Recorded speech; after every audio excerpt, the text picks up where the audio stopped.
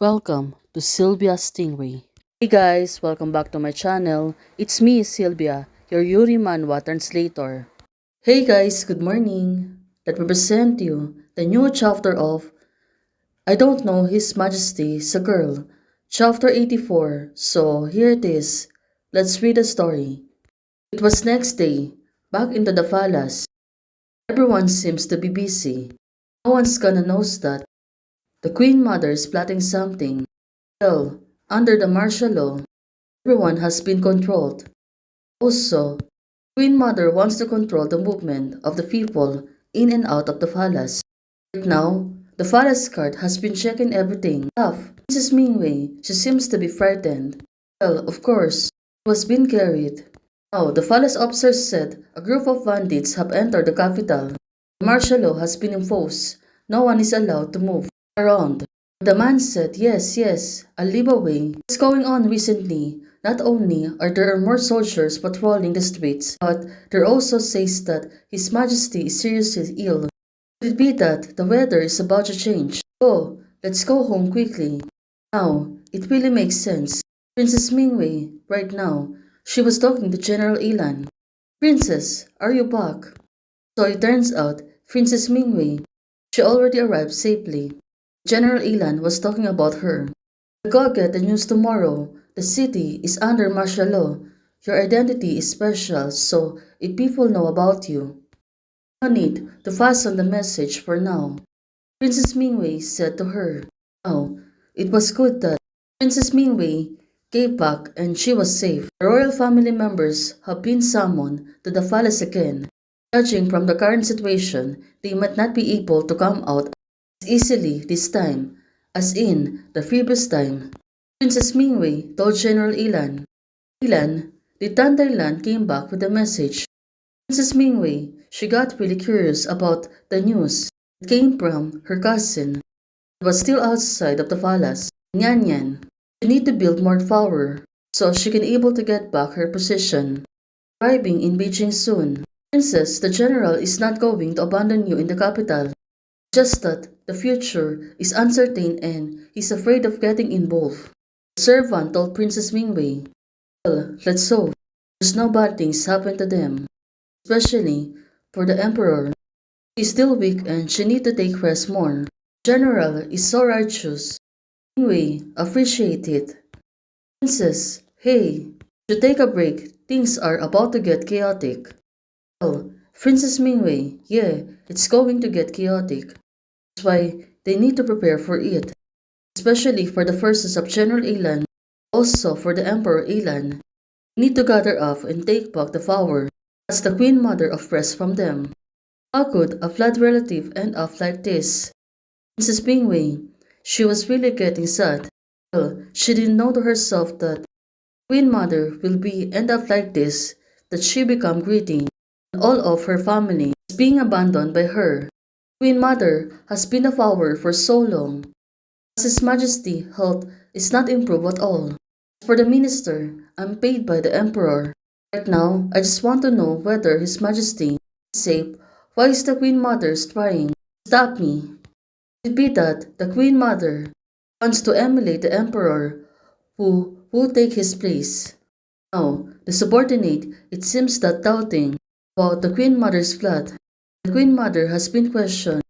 Since all of the palace has his lackey, there's no one who dare to question her. Why, is this the bad thing about young people? Hey, are you too hot-tempered and impatient? Queen Mother said to the one of the young minister. Now, looking at him, what's wrong with my family being in power? Oh, the man seems to be shaking. Probably, he got really afraid of the Queen Mother. This moment, of course, the Queen Mother is still powerful.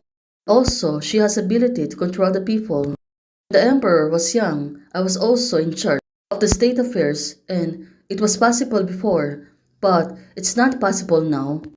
The Queen Mother said to them. Well, there's no doubt that the Queen Mother was only yearning for the power.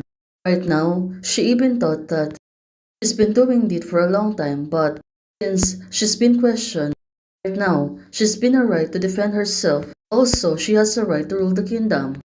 Because I'm a woman. Queen Mother said to them, every one of the minister seems to be getting angry. Our dynasty has been founded by a female emperor, and the capable have always been in power. What does it matter whether it's a man or a woman? One of the ministers said, well, I think right now Queen Mother plans to prove them that whether you are a man or a woman, you are capable of handling this matter, especially being a leader and being a crown empress of the country. It's just that the empress dowager is too selfish. She appoints those who close to her to become a puppet of you, a witch. No, one of the ministers is getting angry. What is the fault of the people? What is the fault of the world? Queen Mother continued. Even though this man, he was right on defending Emperor's side. You, kids, have no respect for dignity. No dignity. Why? Don't you think more about yourself? Future generation. Well, the Queen Mother, even though she was oppressed right now, she remained calm and she is not getting angry. All the questions of the minister, since you are pleading for the people of the world, what does it matter whether you are loyal to the emperor or someone else? What nonsense up over his majesty. Now, everyone seems to be tempted. Now, in the whole court, everyone is cheering. They really want to see her majesty. They really want to see the majesty. The whole court is filled with the Queen Mother's lackey. Now, even though this young minister he can do anything to defend himself, if God is blind, then use our flood to curb out of the fat for you. No, it really makes sense.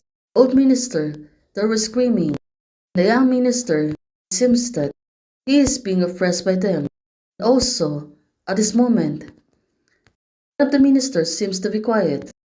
Lord Meng, well, she should really calm down, not to expose himself too much, so the Queen Mother will really not provoke him and also punish him. You will die happily, but have you ever thought about the fate of your wife and children? 2. Lord Meng. Of course, one of the ministers got concerned, but right now, he has some point. He is the only one who's protecting dynasty. This is not good. You should really calm down. He was holding her hands tight. Old man said, Lord Meng is well read. He should know. Well, he was right. Right now, he's trying to calm her down. So, everything will come back to the normal. Also, Xinyan, she can able to get back her power. No eggs can remain intact when the nest is overturned. Also, about the queen, she was still held up by the Queen Mother itself. Let's hope the Queen Mother will not do or harm her. Xinyan and Tantailan can go back to the palace quickly.